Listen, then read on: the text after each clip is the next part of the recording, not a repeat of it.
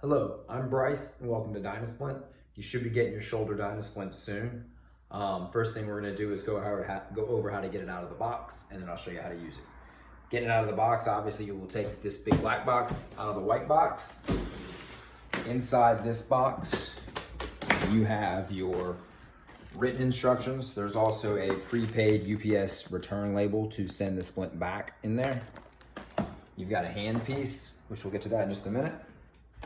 And then there's some adjustment tools in here we'll get to as well. The first thing you want to do is take the splint out.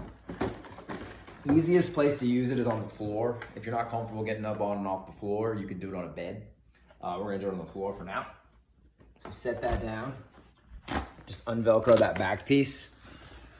We're gonna bring the arm piece out. If you look here, there is a little switch here that goes up and down.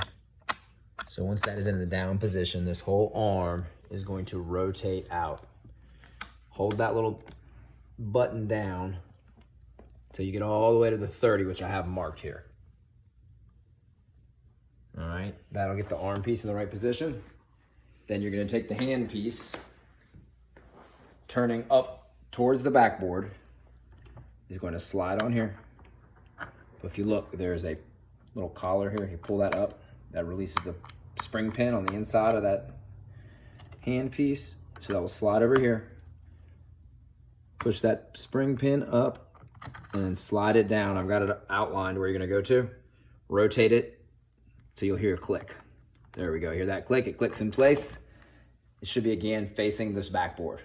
All right, now you are set up. Just make sure that stays in place for you. To get in the splint, all you're gonna do is your head's gonna go to the top of this blue pad. So head to the top, right like this. This arm piece moves up and down so you can get your arm in it easier. You'll pull this over. You undo these straps, actually probably be easier. We undo these straps first. I've got a little bit of tension on here. See how that feels? You're gonna take and get your arm, your thumb's gonna go through the hole there, arm in, and then from here, you wanna make sure your arm is supported on the black pad, and then you're gonna let the splint stretch you out this way. Your goal is just to relax and let it put a nice stretch on you, kind of similar to what they do in therapy. It shouldn't be as intense. You should feel a tolerable stretch. Call me around this point and we'll talk about how that stretch feels, and I'm gonna show you how to adjust the tension. All right, so see how that feels. You'll do this for maybe 5 or 10 minutes the first time, working your way up to 20 to 30 minutes 3 times a day. If that's too much tension, or to get out of it, sorry, skipped a step. To get out, you can pull this towards you, take that hand out, and look, it's gonna spring over. Don't worry about that, just let that go.